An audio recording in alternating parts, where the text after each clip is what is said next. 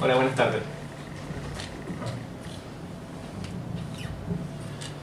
Como decían acá, yo soy Nicolás Rojas, yo soy profesor de Derecho Civil en esta facultad, además trabajo de investigador en el Centro de Regulación y Competencia. En relación con el tema que nos reúne en esta jornada, vamos a hablar del análisis económico de los contratos. A este respecto, ¿por qué hablamos del análisis económico de los contratos? El rol de la economía ha tomado un rol cada vez más preponderante en el mundo moderno. Es la ciencia que ha llevado a propugnar a la eficiencia en el uso y en la asignación de los recursos como uno de los valores máximos que deben ser suscritos no solo por el derecho, sino por la regulación del comercio y de las relaciones humanas en general.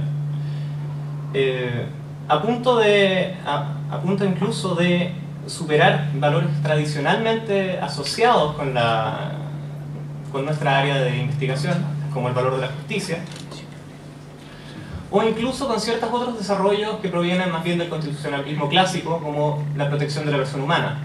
Es bien paradigmático que, por ejemplo, tengamos casos en que en fallos del Tribunal de Defensa de la Libre Competencia se pueda ocultar o mantener en forma confidencial los antecedentes de las empresas, los antecedentes que pueden generar efectos económicos o efectos en la competencia en los mercados, pero que si estamos hablando de cuestiones que afectan la dignidad de las personas, como en un proceso penal, y que pueden afectar el desenvolvimiento de la vida de esas personas, ahí el derecho no tiene ningún problema en propugnar el libre acceso a esa información.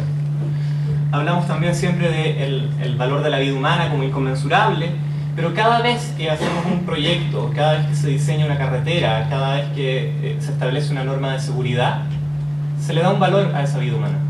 Se le da un valor. Todos los días valoramos en dinero a las vidas humanas a efectos de calcularse en un análisis de costos o beneficios. Las regulaciones que vamos a establecer van a llegar hasta cierto punto, van a ser más estrictas o van a ser menos estrictas. En ese sentido, la economía ha permeado todos los ámbitos del conocimiento y a eso el derecho no es ajeno. El análisis económico, en todo caso, al menos desde mi perspectiva, no es un objetivo en sí mismo, es más bien una herramienta por la cual someter a un riguroso análisis a las normas que regulan el derecho de los contratos, que es de los que nos vamos a referir hoy día. Es una herramienta cuyo objetivo es propender a la utilización racional y eficiente de los recursos económicos, en el entendido que esto lleva a un mayor bienestar social. En ese sentido, usualmente los defensores o los teóricos del análisis económico del derecho asocian lo justo con aquello que es eficiente. Aquello que es justo es aquello que lleva a la mejor utilización de los recursos de la sociedad. Los recursos son escasos, la sociedad va a estar mejor en su conjunto si hacemos una utilización eficiente de ellos, mientras menor desperdicio haya. En materia de contratos, los dos temas que tradicionalmente han sido objeto de análisis en este sentido han sido básicamente, y que es lo que más ha llegado a lo que es nuestra doctrina civil, es desde el punto de vista del fundamento de la obligatoriedad del contrato. ¿Cuáles son los contratos que deben ser ejecutables? ¿Cuáles son los contratos que pueden estar sujetos a ejecución forzada en el aparato estatal? ¿Y cuál es la definición de los remedios aplicables en caso de incumplimiento de los contratos? ¿Cómo vamos a hacer esta ejecución forzada en caso de incumplimiento? El primero de estos temas, el fundamento de la obligatoriedad del contrato, desde una perspectiva económica, lo podemos ver a un nivel macro y a un nivel micro. A un nivel macro, podemos decir, como ya se dijo hace bastante tiempo, que los contratos no son suma cero. Los contratos son un incremento de la utilidad de ambas partes. Ambas partes creen que están en una mejor posición, en una mejor situación después de celebrar el contrato. Si yo vendo algo es porque creo que el dinero que voy a recibir, o sea, valoro más el dinero que voy a recibir que la posesión de la cosa que tenía. El comprador, a su vez, valora más la posesión de esa cosa, la obtención del dominio de esa cosa, que el dinero que dio por ella. Si no, no se celebrarían transferencias de bienes. De esta forma, los bienes se transfieren a las personas que los valoran más. que es el objeto de la asignación eficiente de recursos. Y esto debiera sustentarse en que si los valoras más, es porque eres capaz de extraer una mayor utilidad de ellos que el bien que diste a cambio. Un caso de eficiencia asignativa. A nivel micro, eso como a nivel macro, como en el sentido de la obligatoriedad de la institución del contrato en sí mismo. ¿Por qué tenemos contratos regulados por el derecho? A un nivel micro, te dice cuáles de todas las interacciones entre personas destinadas a las transferencias de bienes y a la provisión de servicios deben ser obligatorias. A nivel micro, contratos válidos son aquellos que crean una expectativa racional de comportamiento en otro. Entonces, esa yo creo que es la idea esencial que surge del análisis económico y que es una idea que permea y que permite dar un entendimiento bastante cabal de la teoría general del contrato.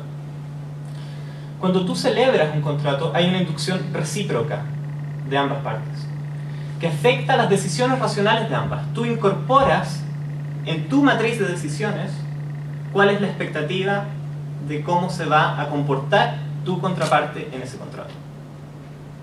Y sobre esa base, tú tomas decisiones económicas. Los agentes racionales, entonces, creen que están en un mundo donde hay otros agentes racionales y que esta gente se va a comportar de una manera o bajo un estándar conocido. Eso permite el buen funcionamiento de la economía. Eso entonces, desde este punto de vista del fundamento de la obligatoriedad del contrato. En relación con la determinación de los remedios aplicables en caso de incumplimiento, el análisis económico dio lugar a una discusión que ya es bastante clásica entre los promotores del llamado incumplimiento eficiente frente a las alternativas tradicionales de solicitar la ejecución forzada del contrato o, alternativamente, la indemnización de perjuicios. Se dice entonces, por los defensores del análisis económico más tradicional, que debiera tener preponderancia en el derecho como principal remedio en caso de incumplimiento de un contrato la indemnización de los perjuicios. ¿Por qué? Porque el dinero como medio universal de cambio es la mejor forma de medir las consecuencias de un incumplimiento y de otorgar una indemnización apropiada a las expectativas que había creado esta celebración del contrato en la víctima. La ejecución del contrato, la ejecución de la prestación a la cual se obligaron las partes, era lo que iba al momento de la celebración del contrato. Pero no es evidente que la ejecución posterior de esta prestación sea la forma más eficiente de usar esos recursos. El caso más paradigmático es cuando el vendedor obtiene una mejor oferta por el bien que la que le había dado su comprador primitivo. Le va a ser más eficiente a ese vendedor, desde su perspectiva, incumplir y pagar la indemnización. El primer comprador no se va a ver menoscabado porque va a recibir una indemnización equivalente a sus expectativas. El segundo comprador va a recibir la cosa que quería y el vendedor va a estar en una mejor situación anterior porque va a recibir además este delta entre las diferentes ofertas. Ahora bien, esa tesis requiere de un presupuesto previo que no es menor y que muestra también hasta cierto punto, y que vamos a hablar hacia el final, de cuáles son las limitaciones de este tipo de análisis. Requiere que la indemnización que se le otorgue al comprador que vio sus expectativas frustradas, requiere que esa indemnización sea equivalente al pago perfecto de esa expectativa. Requiere que haya un cálculo preciso y perfecto de la valoración de esa expectativa. De otra forma, no se producen los resultados que nos señala la teoría de que esto va a propender a una asignación eficiente de los recursos. Eso en forma muy preliminar. Pero, con todo, el análisis económico no se limita para nada a estos tópicos, sino que se puede aplicar a la generalidad de las reglas de derecho de contratos, verificando si estas y analizando si estas nos llevan o no a una asignación eficiente de recursos. Así, podemos poner algunos temas a modo de ejemplo. A modo de ejemplo se puede señalar la tendencia que existe a nivel de vicios del consentimiento. En materia de vicios del consentimiento, esto se puede entender como una cuestión de dogmática relativamente dura. La teoría de los vicios del consentimiento se funda en la idea de voluntad como elemento constitutivo y generador de la propia obligación contractual. Nos basamos en esta idea de voluntad, que es la idea de voluntad que está recogida en nuestro Código Civil y en todos los textos del derecho civil clásico, o sea, el derecho civil clásico entendiendo por derecho civil clásico el derecho de la codificación, donde entonces, ¿por qué parte metemos el tema del análisis económico? Pero es relativamente fácil encontrar ámbitos donde vamos a poder aplicar este análisis. La noción de error, el vicio más recurrente, surge de problemas de información entre las partes. Una de las partes tiene una idea tiene una apreciación equivocada de la realidad en relación con la información que posee, o sea, en relación con la información que posee. A este respecto, la pregunta que se hace desde la perspectiva económica es: ¿quién tiene el deber de proveerse esa información? Y la respuesta va a ser usualmente que la persona que tiene la obligación de proveerse, el deber de proveerse de esa información, va a ser aquella que lo puede obtener en forma más económica. Porque esa es la forma más eficiente de obtener esa información. Esta persona es la que debería haberla obtenido. Si esta persona no la obtuvo y celebró este contrato en error, entonces es válido que ese contrato se mantenga, o sea, que no exista la posibilidad de que esta persona impugne el contrato. Si esta persona, por el contrario, estaba en una situación donde le era muy costoso en relación con su contraparte el conocer la información efectiva que le llevaría a una apreciación correcta de la realidad, sería válido entonces decir que ese contrato es nulo en cuanto no se ha cumplido con estos deberes, no se han asignado los recursos de forma eficiente a fin de donde teníamos que obtener esa información. El dolo también se puede explicar desde esta perspectiva. Y esto por su propia naturaleza. El dolo rompe las expectativas de comportamiento ajeno. Cuando tú estás actuando en una sociedad, en una comunidad, cuando tú llegas a transacciones e interacciones con otros miembros de esta comunidad, uno de los presupuestos básicos es asumir que los demás miembros de la sociedad se están comportando en forma racional. En ese sentido, la malicia se puede hacer análoga a un comportamiento irracional. Por tanto, las expectativas generadas no se van a cumplir jamás. En este caso, incluso podríamos explicar, ya desviándonos un poco de este tema, la regla del artículo 1558 en materia de indemnización de daños contractuales. El artículo 1558 se señala que se indemnizan los daños directos y previsibles, salvo en caso de dolo, en caso en que vamos a indemnizar también los daños directos, pero también imprevisibles.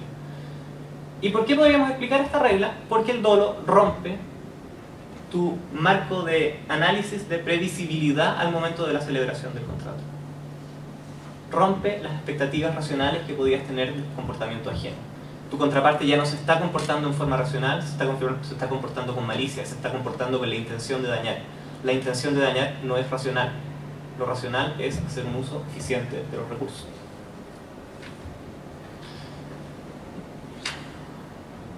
Desde una perspectiva más global, uno podría decir, volviendo al tema general de vicios del consentimiento y más allá del análisis de cada uno de estos vicios, sin meternos en Honduras en cada uno de ellos, desde una perspectiva más global, el análisis económico puede entenderse como responsable de la caída, hasta cierto punto de vista, de la popularidad de los vicios del consentimiento en la reforma del sistema de los remedios contractuales, o en lo que se llama el nuevo derecho contractual.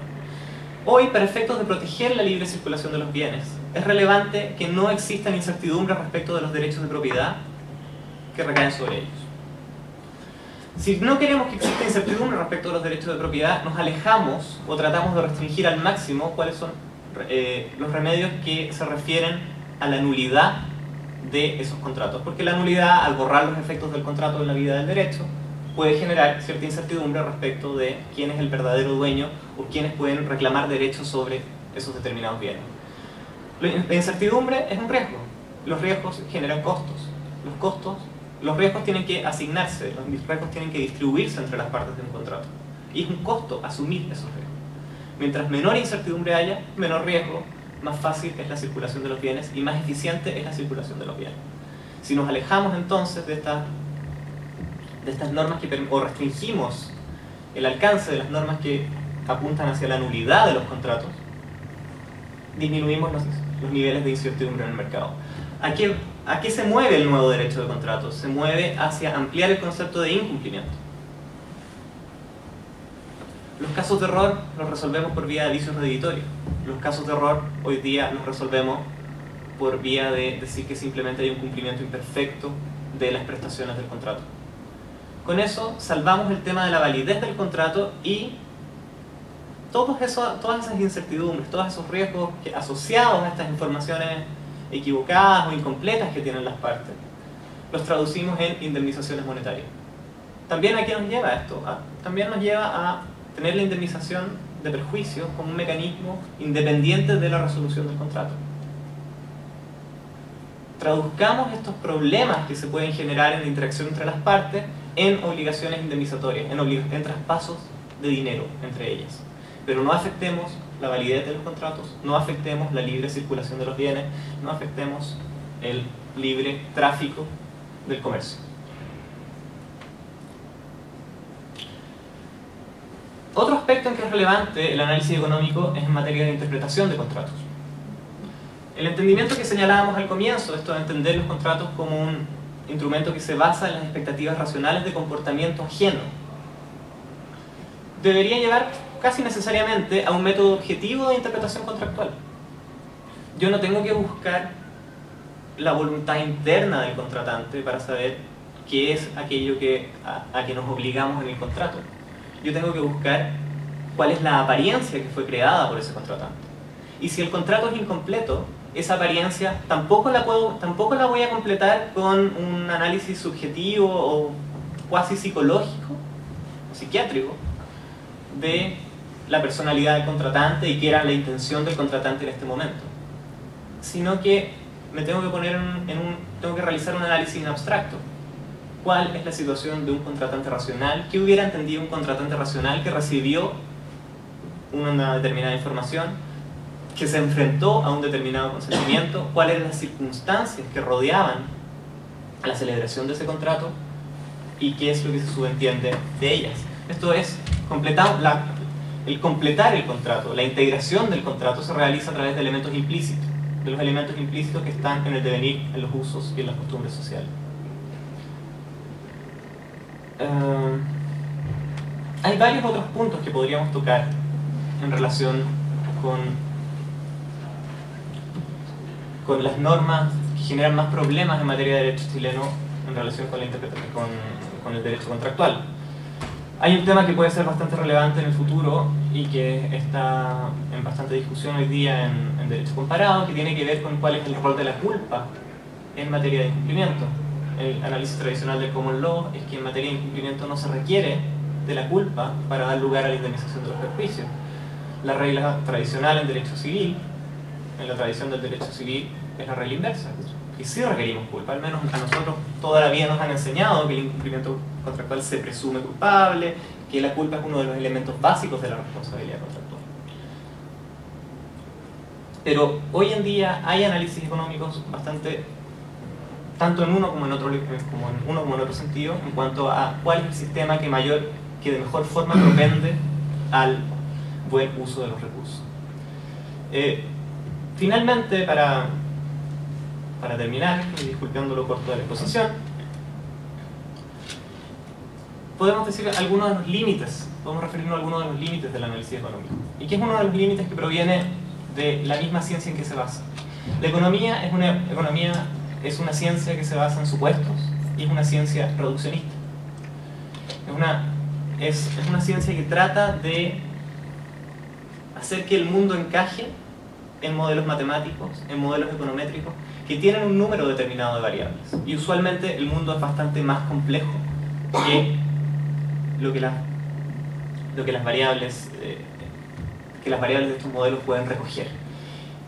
Es en ese sentido, y es una cuestión que se ha dado mucho en materia de derecho de la competencia, hay prácticas que se consideran en un momento o bajo un modelo econométrico como promotoras de la competencia o por tanto promotoras de la asignación más eficiente de los recursos, en un momento posterior o con una doctrina más compleja, con un modelo teórico más complejo, obtenemos una solución inversa.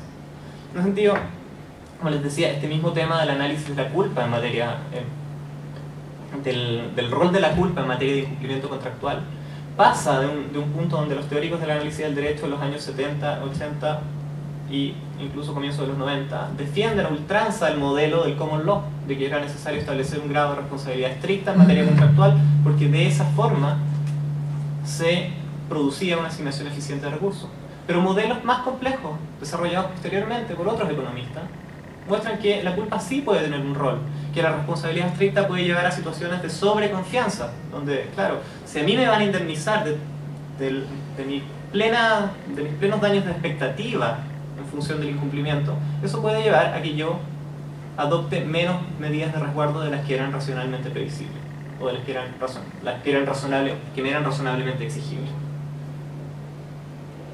Ahora bien, como les decía, estas limitaciones muestran que el uso de la economía en el derecho no debe tomarse como un objetivo en sí mismo, como un fin en sí mismo, sino que más bien como una herramienta de análisis. Es una herramienta analítica más que tenemos a nuestra disposición para efectos de buscar